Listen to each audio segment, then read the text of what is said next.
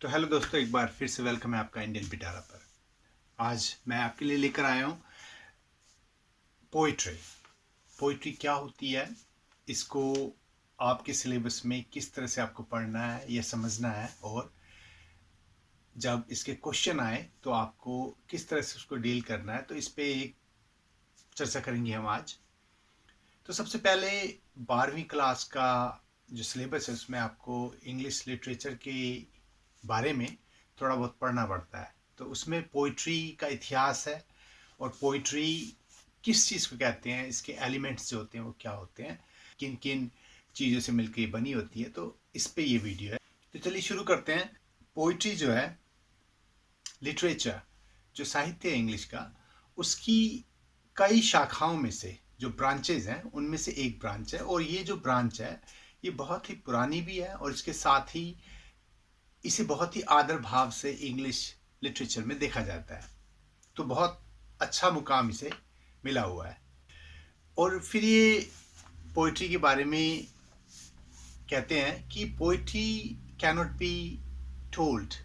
If you ask what a poem is, you cannot tell what it is, but you can feel it. तो कहने का मतलब है कि अगर आपसे कोई पूछे कि भाई पोइट्री क्या है, तो इसे डिस्क्राइब करना बहुत मुश्किल हो जाता है, क्योंकि पोइट्री में फीलिंग्स होती हैं, इमोशंस होते हैं, और हर कोई इसको अपने अपने तरीके से डील करता है।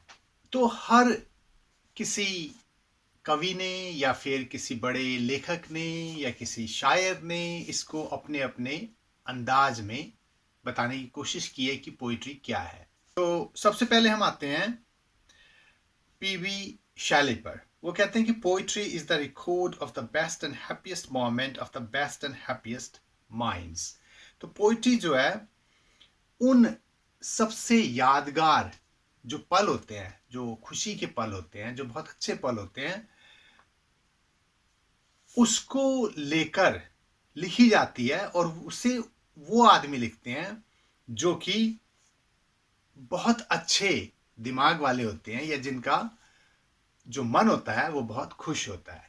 तो एक खुश व्यक्ति के द्वारा या कवि के द्वारा लिखी गई एक रचना जो एक खुशी का बयां करती है, तो इसको आप इस तरीके से देख सकते हैं।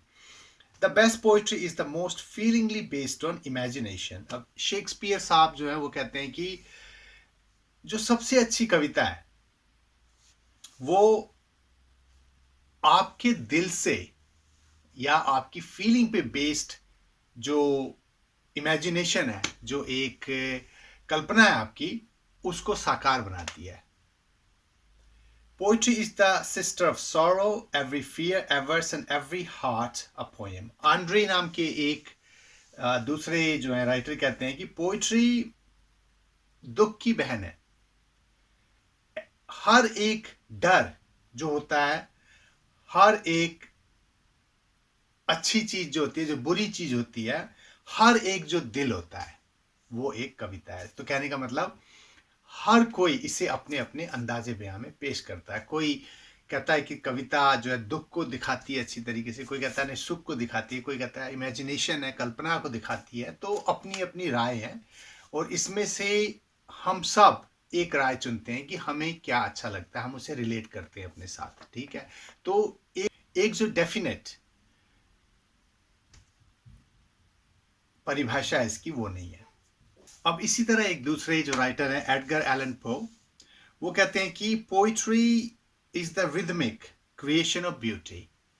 जो एक लय से बंधी हुई सुंदरता है, पोइट्री उसको दिखाती है। तो अगेन बहुत लंबी लाइन हो जाती है, तो मैं हर लाइन को आपको नहीं दिखाऊंगा, लेकिन एक संक्षिप्त में अगर आप इसको देखें तो पोइट्री डिपेंड करती है कि जो पोएट है वो किस मूड को बयां कर रहा है, वो किस चीज को दिखा रहा है। It can be happiness, it can be sorrow, सुख हो सकता है, दुख हो सकता है, इमेजिनेशन कल्पना हो सकती है, संतोष कॉन्टेंटमेंट जो होती है वो हो सकती है। तो इन सबको मिला के जो है कविता का सार बनता है। अब एलिमेंट्स ऑफ पोइट्री, ये जो है दूसरा पार्ट है इसी लेसन में कि एलिमेंट्स क्या होते हैं, जो भाग हैं, मतलब किन चीज़ों से मिलके पोइट्री बनती है। तो उसको देखते हैं हम। तो सबसे पहले कहते हैं थॉट, जो विचार है, जो मन है। एक पहला पार्ट वो हो गया आपका पोइट्री में। तो थॉट से हमारा मतलब ये है कि ये नहीं है कि हम सोचते हैं। थॉट यहाँ पे एक किस्म से प्लानिंग हो जाती है कि मैंने जो है, जो कवि है वो कहता है कि मैंने किस तरीके से इसको लिखना है।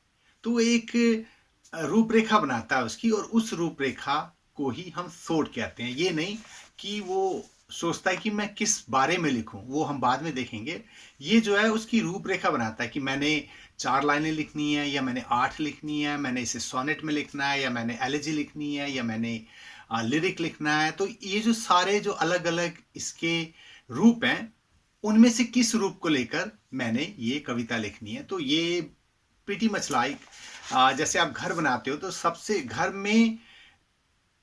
बनाने से पहले जो आपको नक्शा चाहिए होता है कि यहाँ 2 कमरे होंगे, यहाँ पे 1 कमरा होगा। तो इस तरह की कल्पना कवि भी करता है कि मैंने इसको किस तरीके से आगे बढ़ाना है। तो मेरे हिसाब से उसका जो प्रोसेस है उसे हम थॉट, जो विचार है, जो मन है, उसके अंदर रखते हैं। अब हम आते हैं इमोशन पे। इमोशन तो बहुत ही ज़रूरी है फॉर ए पोएम, क्योंकि बिना इमोशन के आप जो पोएम लिखेंगे लेकिन उसमें कुछ रस नहीं होगा। तो उसके लिए ज़रूरी है कि आप एक इमोशन लें, और वो इमोशन जो है, जैसे कि वर्ड्सवर्थ ने कहा है कविता को डिफाइन करते हुए कि spontaneous overflow of powerful feelings. तो इमोशन जो है फीलिंग्स हैं, और ये कविता कब बनती है, पोइट्री का रूप कब होता है, जब ये जो इमोशंस हैं आपके, चाहे वो दुख हो, चाहे वो सुख हो, चाहे वो और ऐसी कोई भी फीलिंग हो, जब वो इतनी ज़्यादा बढ़ जाती है कि वो छलकने लगती है। तो उस छलकाव को हम कविता के अंदर समेटने की कोशिश करते हैं, और इससे जो है कविता का रूप बनता है। स्पॉन्टेनियस ओवरफ्लो, स्पॉन्टेनियस का मतलब होता है अपने आप होने वाला। ये किया नहीं जाता।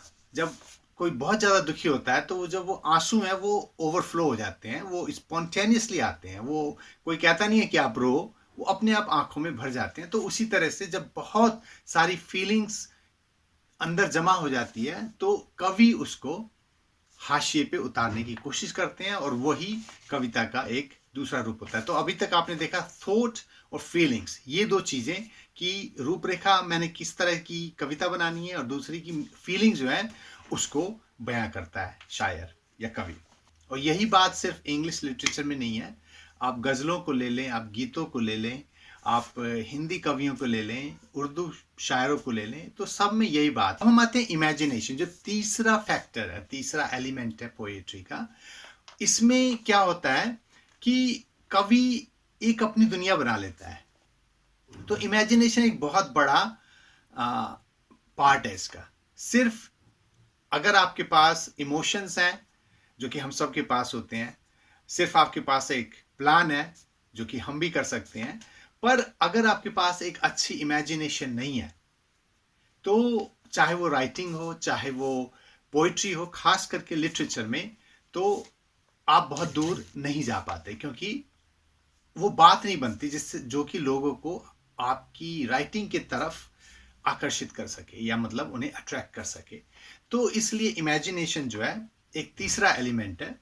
इसमें क्या करता है शायर जो है या कवि जो है, वो एक अपनी दुनिया बसा लेता है, और उस दुनिया में उसके साथ कई चीज़ें होती हैं। वो सोचता है कि शायद ऐसा होता या ऐसा हो गया होता। तो ये जो चीज़ें कल्पना है, इसको फिर वो कागज़ पे उतारता है, और ये चीज़ें लोगों को बहुत अच्छी लगती हैं, और इस तरह से जो है कविता का तीसरा पार्ट क्रिएट होता है। अच्छा, अब हम आते हैं चौथे एलिमेंट्स में। इसमें 2 एलिमेंट्स हैं, राइम एंड मीटर। तो ये दोनों शैली हैं कि आप जब लिख रहे हो तो शब्द क्या जो हैं किस तरह से बनते हैं। क्या वो एक दूसरे से राइम होते हैं, मतलब एक दूसरे जैसा साउंड करते हैं, या उनका जो लिखने का तरीका, जैसे कि पहली 2 लाइनें एक दूसरे से मिलेंगी, फिर तीसरी चौथी नहीं मिलेंगी, फिर 5वीं छठी मिलेंगी।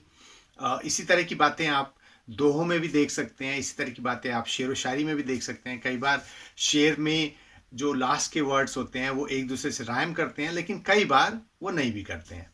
तो ये जो है शैली है, राइम एंड मीटर। और ये जो है कविता में आपको सुनने में अच्छी लगती है, आपको कहने में अच्छी लगती है। तो ये जो है कविता के एलिमेंट्स हैं। तो दोस्तों ये 4 जो एलिमेंट्स हैं ये आप याद रखें। और देखिए, थॉट है, उसके बाद इमेजिनेशन है, उसके बाद इमोशन है, और राइम एंड मीटर। ये जो 4 चीजें हैं इनसे जो है कविता बनती है। तो दोस्तों हम आते हैं फॉर्म्स ऑफ पोएट्री। पोएट्री की प्रकार या किस तरह की पोएट्री होती है। और पोएट्री की प्रकार में 2 तरीके को रखा गया है। एक है सब्जेक्टिव पोएट्री, एक है ऑब्जेक्टिव पोएट्री। सुनने में आपको शायद ये थोड़ा भारी लगे, लेकिन मैं आपको बहुत ही सरल तरीके से बता सकता हूं और आपको याद भी रहेगा। तो देखिए, सब्जेक्टिव चीज कहते हैं जब आप अपने बारे में लिख रहे हो, जब कोई भी चीज आप बता रहे हो या कोई भी चीज आप लिख रहे हो, तो उसकी अगर पात्र आप है, अगर वो आप अपने लिए कह रहे हैं तो वो सब्जेक्टिव हो गया। और जब आप किसी तीसरे आदमी के बारे में बात कर रहे हैं या किसी और भी आदमी के बारे में आप बोल रहे हैं, लिख रहे हैं, तो वो ऑब्जेक्टिव हो गया। ऑब्जेक्टिव में आप ऑब्जर्व करते हो, आप देखते हो कि क्या हो रहा है। सब्जेक्टिव में आप फील करते हो। ठीक है, तो सब्जेक्टिव और ऑब्जेक्टिव ये 2 बातें याद रखें। आप अगर दोहे आपने पढ़े होंगे उसमें कि ऐसी बानी बोलिए मन का आपा खोए, औरन को शीतल करे और आपहू शीतल होए। तो ये रहीम, शायद मुझे लगता है रहीम जी का दोहा है। तो ये देखिए ऑब्जेक्टिव है, ये बता रहे हैं कि किस तरह से ये करना चाहिए। ठीक है, अच्छा अब मैं लेता हूं तुलसीदास का एक जो दोहा, वो कहते हैं कि तुलसी ऐसी प्रीत न कीजो जैसे पेड़ खजूर, धूप लगे तो छांव नहीं, भूख लगे फल दूर। ठीक है, तो देखिए इसमें तुलसी जी अपने आप से मुखातिब हैं। वो अपने आप से कह रहे हैं कि तुलसी ऐसा काम मत करना तुम। तो ये जो है सब्जेक्टिव हो गया, वो अपने बारे में लेके बोल रहे हैं। तो होपफुली आपको ये कॉन्सेप्ट क्लियर हो गया हो। अब हम आते हैं some prominent forms of poetry. अब ये तो सब्जेक्टिव ऑब्जेक्टिव आपने देख लिया। अब आते हैं हम कि इनके जो प्रकार होते हैं, सब्जेक्टिव और ऑब्जेक्टिव में भी प्रकार होते हैं, वर्गीकरण होता है, क्लासिफिकेशन क्या होता है कि कौन कौन सी तरीके की पोएट्री होती है या पोएम होती है। तो इसमें देखिए पहला आता है लिरिक। लिरिक का सीधा सा मतलब है गीत। बॉलीवुड में बहुत गाने चलते हैं, ज्यादातर गीत होते हैं। तो लिरिक्स में क्या होता है कि कवि अपनी फीलिंग्स के बारे में बता रहे होते हैं। इसमें जो है हर चीज इन्हीं के आसपास घूमती है। तो ये ज्यादातर सब्जेक्टिव तरीके से होती है। आप कोई भी बॉलीवुड का गाना आप उठा लें तो उसमें आपको यही चीजें मिलेंगी। उसमें शायर जो होता है किसी न किसी तरीके से इन्वॉल्व होता है। तो ये जो है लिरिक्स हो गए आपके। जो लिरिक्स हैं उसके उदाहरण में इसमें nightingales by Robert Bridges, stanzas written in dejection near Naples, जो कि पीबी शैली के द्वारा लिखी हुई एक कविता है, वो भी एक लिरिक है। सोनेट, सोनेट शेक्सपियर के द्वारा बहुत ही पॉपुलर हुई। आपने 2-4 तो पढ़ी भी हैं अभी तक, क्लास 12 तक आते आते। तो एक जो है द मर्चेंट ऑफ वेनिस की मर्सी, जिसमें पोर्शिया कहती है शाइलॉक से कि दया करो, तो वो एक सोनेट है। और सोनेट में जो है 14 लाइनें होती हैं। तो ये आपका सीधा सा हो गया। अगर आपको एग्जाम्पल देना हो तो आप मर्सी का दे सकते हैं। बैलेड, तो इसमें किसी कहानी को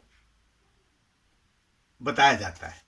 और एक जॉन कीट्स की जो पोएम है ला बेल डैम सोन्स मर्सी, ये जो है बैलेड का एक उदाहरण है। तो एक ही आपका हो गया। उसके बाद हम आते हैं एलेजी। एलेजी एक शोक गीत है, एक दुख में लिखा हुआ गीत होता है, जो कि जो कोई गुजर गया हो उसकी याद में लिखा होता है। तो वोल्ट विटमैन के द्वारा लिखी हुई ओ कैप्टन माय कैप्टन इसका एक उदाहरण है। उसी तरह elegy written in a country churchyard Thomas Gray के द्वारा लिखी हुई है, ये भी उसका एक उदाहरण है। तो एलेजी जो है शोक गीत होता है।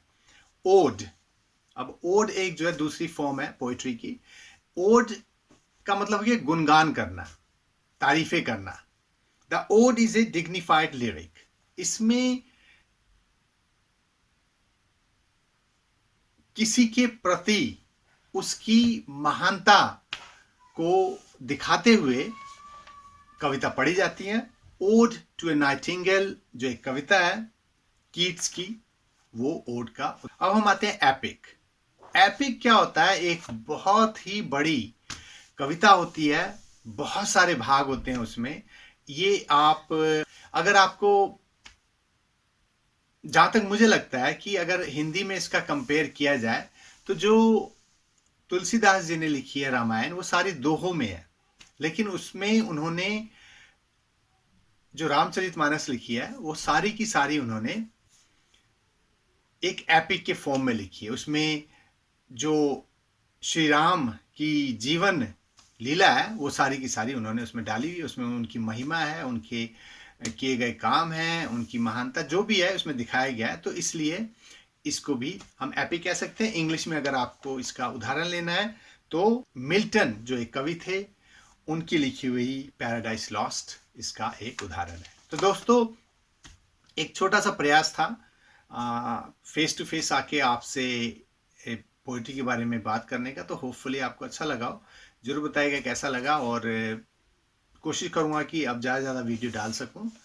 तो आज के लिए इतना ही, फिर मिलते हैं।